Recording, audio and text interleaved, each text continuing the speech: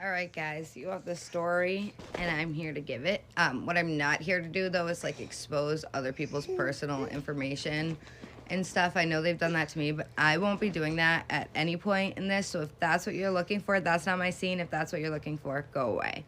I met August like a month and a half ago, I think. He pretty quickly was like, oh, I want to come visit. I want to come visit. So I welcomed him into my house. At one point, I heard him telling my daughter that he should call her dad, my oldest daughter, and that he was going to adopt her. And I was like, kind of weird, but whatever. Then he went home and his behavior changed, and I was upset about that. So I was talking to Gabby, like, yeah, I just feel like, he's not talking to me the same anymore. The vibe is different, and I'm kind of upset about it because I thought we were really good friends. She spent like 4 days telling me he hates me, was using me for clout, and just didn't like me. But she stated it as fact, not opinion, so I believed it. It hurt my feelings. So eventually, after 4 days of being told this, I'm like feeling very hurt. So I say something to August. And very quickly, Gabby kind of jumps in and puts herself in the middle of the situation, even though it was between August and I. And at first, I didn't understand why.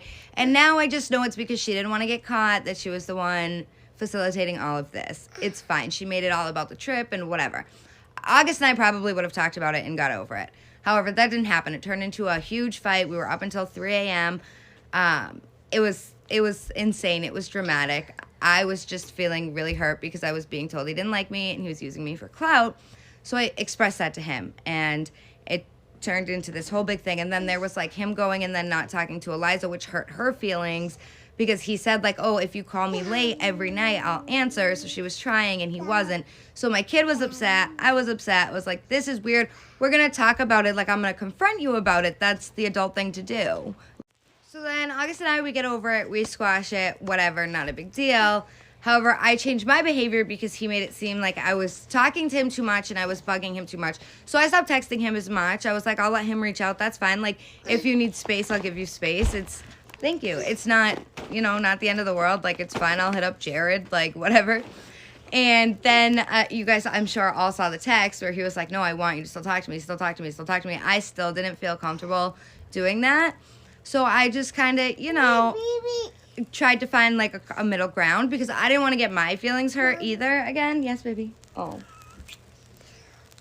You good? So we go to California. We go. We make up. I think we're made up. We go. We meet. We end up at some restaurant on the beach. We hadn't slept all night. I was exhausted. I was tired. I hate being at restaurants. It makes me very uncomfortable, especially with people I don't know, and there was someone I didn't know there. So I was very honest, like, I don't want to be here at this restaurant. Like, I just said it because I meant it. And I figured that they would catch my drift and they were my friends. And, they'd be like, well, my friend was on his way. It was fine. And then some stuff ended up happening. Like, we were all walking and I was, like, looking back behind me to make sure we were together because we were all as a group. But my friend Dan, he walks really fast. And so then August just disappears and I text him. I'm like, where'd you go? And he doesn't text me back.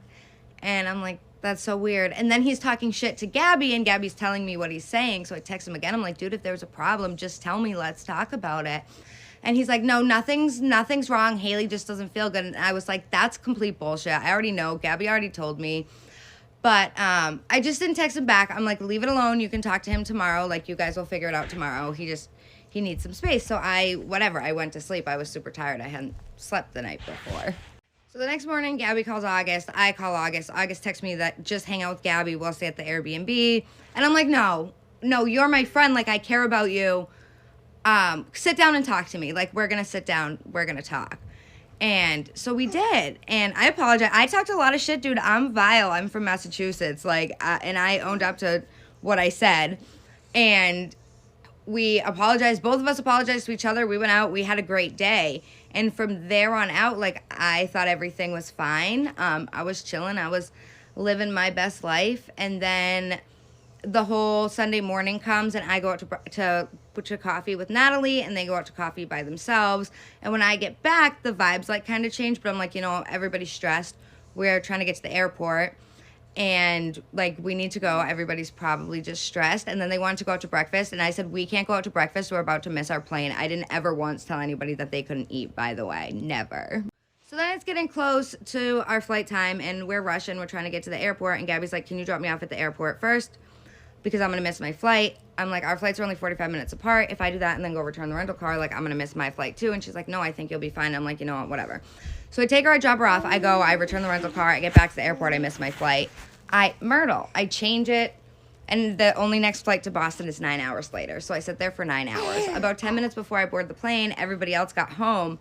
I get thrown into this group chat shitting on me about how I ruined the trip. Even though I thought from Saturday morning on, so it was like just the first day, like everything was fine. I was acting completely normal. Like my actual self, the same way I act on FaceTime, the same way I act in person. I'm not good at pretending like I'm not myself. So for them to act like they're surprised that I have dark humor is like light years beyond me. Like they know my personality. You can't say that you didn't. And he was like saying that I talked all this shit about him that didn't make any sense. Like none of it would have made any sense, and I would have had nothing to gain from saying it. But the things he was saying that I had said, I already apologized for.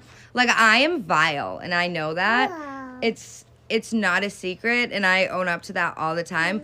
Why would I take responsibility for some of the stuff that I said, but not all of it? So anyway, my flight lands at 6 a.m. Lizzie picks me up. We get coffee. I come home. I bring my kids to school. I go to sleep because I hadn't slept all night. And I wake up and I'm getting hundreds of comments. What happened? What happened? What happened? I'm like, what are you talking about? What happened? Why does anybody know? Well, it turns out that Gabby had posted a video, and then August went on to post 76 videos, I think, probably at this point, and now his family is posting videos. And it's very confusing to me because, like, we're adults. We're absolutely adults.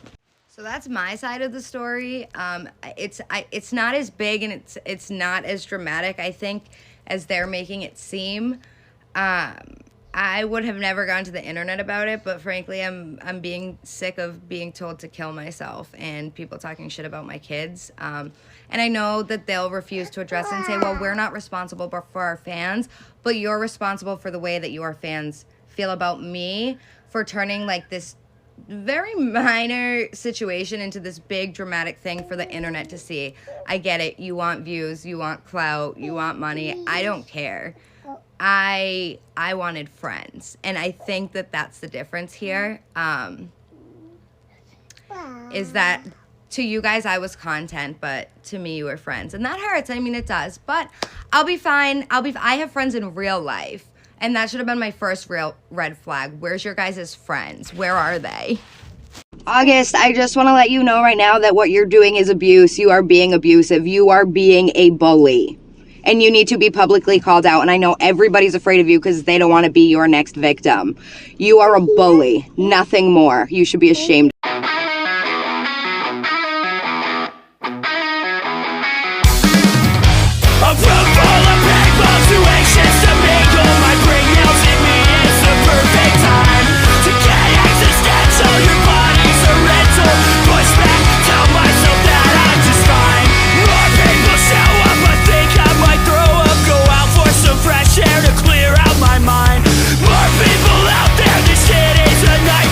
Was I obsessively texting you? Was I? That's the new thing now? Sir, you set boundaries with me and I respected them, and when I did that, this is what I got.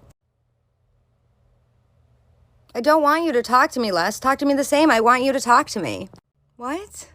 Tag your favorite creators that you want me to fight with because I need a good scandal to like push me over the edge. It's all slowly coming together to me. I was an easy target. I was coaching her, helping her get brand deals, helping her set up her TikTok for success. And then she hits me with the scandal. It ruins our trip to California.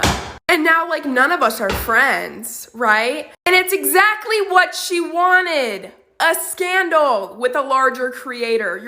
Thank you. Thank you for ruining my peaceful platform of mom content and good vibes. Like, I get it. My content is chaotic, but it's not drama. It's just chaotic. I'm a chaotic human. I'm a mess. But like, never again will I make friends on the internet. Never, not never. I feel so used, so taken advantage of, and just, I feel gross, to be honest. Cheers. Good thing I saved all my receipts too. So here she is not responding to me. So I screenshotted it and sent it to her Insta, to which she said, I'm not apologizing for stuff I didn't say, then proceeded to dump it all on Gabby. I'm just not interested unless she wants to apologize. So then she sends me these screenshots and tells me to ask my followers to leave her alone, but she's actively arguing with them. If you're gonna continue to tell half-truths, whole truths are gonna come out. Believe whatever you want, but shit has been twisted like a motherfucking cyclone. I did offer to Emery to adopt her daughter. Emery said that we would revisit that conversation in a year. Shortly after that, shit started really hitting the fan. She expected me to answer every single text, every single phone call Eliza daily. I was willing to be present in Eliza's life because it was clear that she needed it. Shit ended up going out of control, and Emery started talking a whole bunch of garbage about me. I've asked her to just own it and apologize, but we keep deflecting and blaming it on Gabby. I can't be friends with people I don't trust, period.